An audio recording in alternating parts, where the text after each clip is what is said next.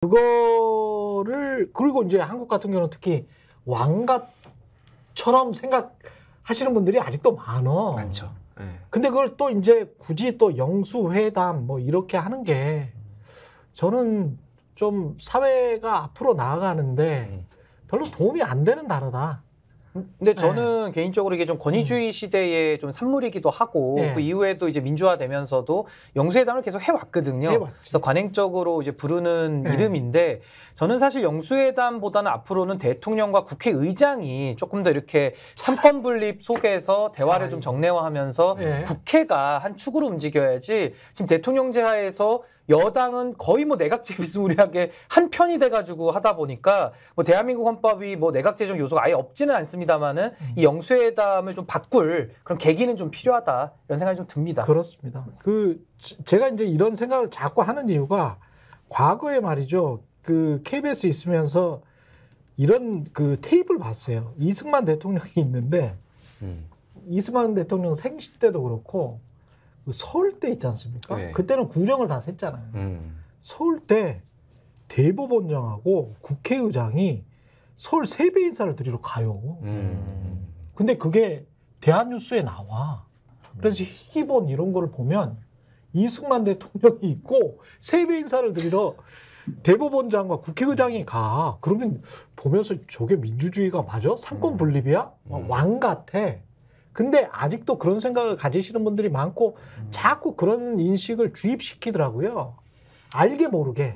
지금 언론사들이. 한남동에 그 세 개의 관저가 다 모여 있는 건 아시죠? 다 붙어 있어요, 거기에. 붙어 있어요. 제가 왜냐면 국회의장 공관을 예전에 초청받아서 한번 간 적이 있는데 그때 그 옆에가 대법원장이고 그 옆에가 윤석열 대통령. 그게 원래 이제 외교부 장관 공간이었잖아요. 그렇게 모여있던 게 이제 대통령까지 거기 가가지고 뭐 지금도 세배를 하실지는 제가 잘 모르겠습니다. 근데 그냥 좀 자주 만나시면 좋겠다 그 생각도 들어요. 근데 이게 그 개헌상에서도 전 다뤄줘야 된다고 보는데 대한민국 헌법에는 상권 분립도 규정돼 있고 그래도 행정부 수반인 대통령을 국가 원수로 규정을 하고 있어요. 그렇죠. 그러니까 이 국가 원수로서의 기능이 있고 또 행정부 수반으로서의 기능이 나눠지는 건데 저는 국가 원수의 지위는 조금 한번 조정할 필요는 있다. 물론 대표자라는 의미에서는 우리가 한 명은 골라야 되니까 그렇죠. 선택은 하겠죠, 대통령을. 근데 문제는 지금처럼 마치 과거로 치면 세배를 받는 이런 수준의 제왕으로서의 기능은 저는 많이 약화시켜야 된다. 그리고 뭐 총리제인 나라에서 총리가 나가서 업신여금을 당하냐 그러면 그것도 아니잖아요. 그럼요. 그 나라의 대표인데. 다 그리고 우리나라 위상 정도면 다 대우해 주거든요. 그러니까 그 사람이 하기 나름이지. 그리고 지금 현재 윤석열 대통령이 그런 것 때문에 더 욕을 먹고 있는지도 몰라. 만약에 행정부 수반 정도면 이렇게 실망하지는 않아. 그렇죠. 근데 이재명 대표와의 회담에서도 그렇고 저건 누가 대통령인지 모르겠네 라는 그런 느낌이 들었거든. 어떤 의미냐면 장기적, 중장기적인 나라에 대한 비전이 이분한테 안 나오는 거예요. 이 윤석열 대통령한테. 오히려 이재명 대표가 말한 12가지 의제에 거의 모든 게 다 들어가 있어. 그러면 이건 좀 심각한데 이 사람? 이런 생각이 들 수밖에 없습니다. 근데 이제 내용이 안 나온다라는 것은 뭐 아는데 일부러 말 안 하고 이런 건 없잖아요. 그렇지. 그러니까 윤석열 대통령 안에 내재된 그런 내용이나 국가 운영과 비전에 관한 컨텐츠가 아직도 없는 것이고 사실 뭐 학습 능력이 빠르다 이런 얘기를 좀 후보 시절에 했었어요. 근데 그건 사실 뭐 선거용에서 표 달라는 하나의 구호에 불과한 것이고 좀 윤석열 대통령 학습 능력도 그렇게 뛰어나 보이진 않습니다. 그래서 참 나라 걱정이 심각하고 앞으로도 임기가 3년이 남았는데 참 매우 험난한 길이 좀 예상되지 않는가 그런 생각이 좀 듭니다. 좀 대통령의 스케줄을 한번 정말 솔직하게 까서 보여줬으면 좋겠어요. 저는 투명하게. 이게 국민들이 주권자거든요. 본인이 주권자는 아니잖아. 헌법상 국민들이 주권자고 유권자가 주권자인데 아니 학습할 시간이 있나 이분이? 혹시 뭐 드시고 마시고 뭐 술 드시고 이렇고 그다음에 숙취라는 게 있잖아요. 숙취라는 게. 이런저런 것들 때문에 이분이 학습할 시간이 있나? 그리고 그 대통령실의 출입 기자들의 이야기를 들어보면 서너 장 읽는 것도 귀찮아하는 것 같다라는 초기에 그런 이야기들이 있었거든요.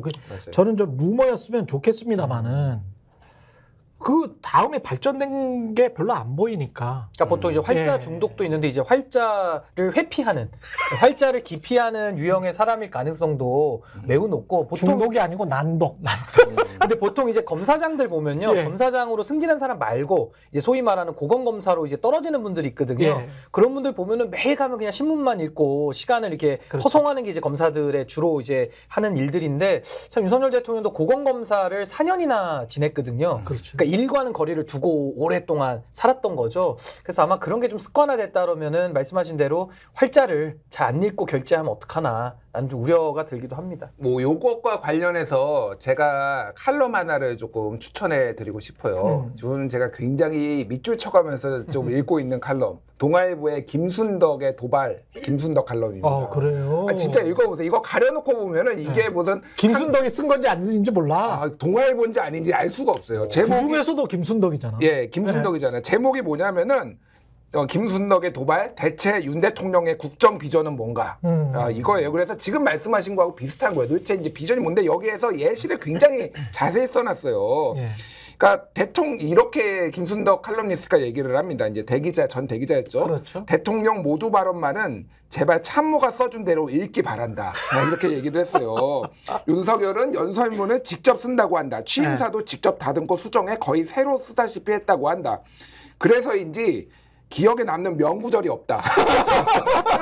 이렇게 얘기해갖고 KBS와 신년대담에서 윤석열 대통령이 참모들이 써준 예상 질문과 답변을 보지 않았다라고 얘기를 했는데 그게 바로 재앙이었다. 이런 얘기를 해서 너무 뼈를 때리는데 심지어는 김치찌개 얘기할 때마다 나는 슬프다. 기자들이 김치찌개 못 먹어서 환장한 줄 알아? 칼럼에 이렇게 넣어놨어요. 그러니까 왜냐면 대통령이 인수위 시절에 한번 끓이겠다고 하고 또 한번 뭐 아직 주방이 안 돼가지고 아직 못했는데 하겠다라고 하고 그리고 지난해 1월에도 김치찌개 먹으면서 여러분하고 같이 하겠습니다라고 하고 총선 패배한 다음에도 자 빈대떡 족발 김치찌개 또 얘기했어. 김치찌개 환장을 안 했다고. 메뉴만 조금 늘어났는데. 근데 저는 윤석열 대통령이 이제 잘하는 게 많이 없으니까 요리를 잘하시는 거예요, 본인이. 그러니까 이걸 자랑하고 싶어서 아마 요리를 계속 얘기하시는지는 모르겠으나 저는 요즘 뭐 회사 다녀봐도요, 직장 상사가 회식 때 밥 사준다 그러면은 진짜 그 많이 좀 부담스러워하는 문화가 좀 있거든요. 그러니까 기자와 대통령의 관계도 줄 정보를 잘 주고 잘 소통이 되면서 국정 운영과 기자의 역할이 잘 돌아갈 때 기자들도 보람 있게 일을 하는 것이지 일은 제대로 안 해놓고 매일 봐서 김치찌개 먹여, 족발 먹여, 빈대떡 먹여 이거는 소통의 ABC도 아니거든요. 아니 먹인 적이 없어. 중요한 거는 또 먹이겠다는 거 아니에요? 말만 그렇게 해놓고 한 번도 먹인 적이 없다고. 아니 뭐 사준다고 좋아할 시대는 이제 지났다. 그러니까 술 받아주지 말고 질문이나 받아주라. 그렇죠. 기자들 입장에선 질문 받아주는 게 최고잖아요. 영수회담 이제 그저께 하고 가장 긍정적인 시그널이 하나 있습니다. 5월 10일에 취임 2주년 기자회견을 할 수도 있다. 할 수도 있다. 할 수도 있다. 대통령의 자신감을 얻었다. 뭐 이런 얘기들이 좀 소문이 나오고 있는데 일단 제발 하셨으면 좋겠어요. 뭐가 됐죠. 또 녹화로 하는 거 아닙니까? 녹화로 해서 또 생중계로. 스픽스는 말하는 언론입니다. 대세는 유튜브, 그중에서 스픽스. 좋아요, 댓글, 구독, 알림 설정. 여러분이 저희를 사랑해 주시고 우리가 여러분을 사랑하는 4가지 방법입니다.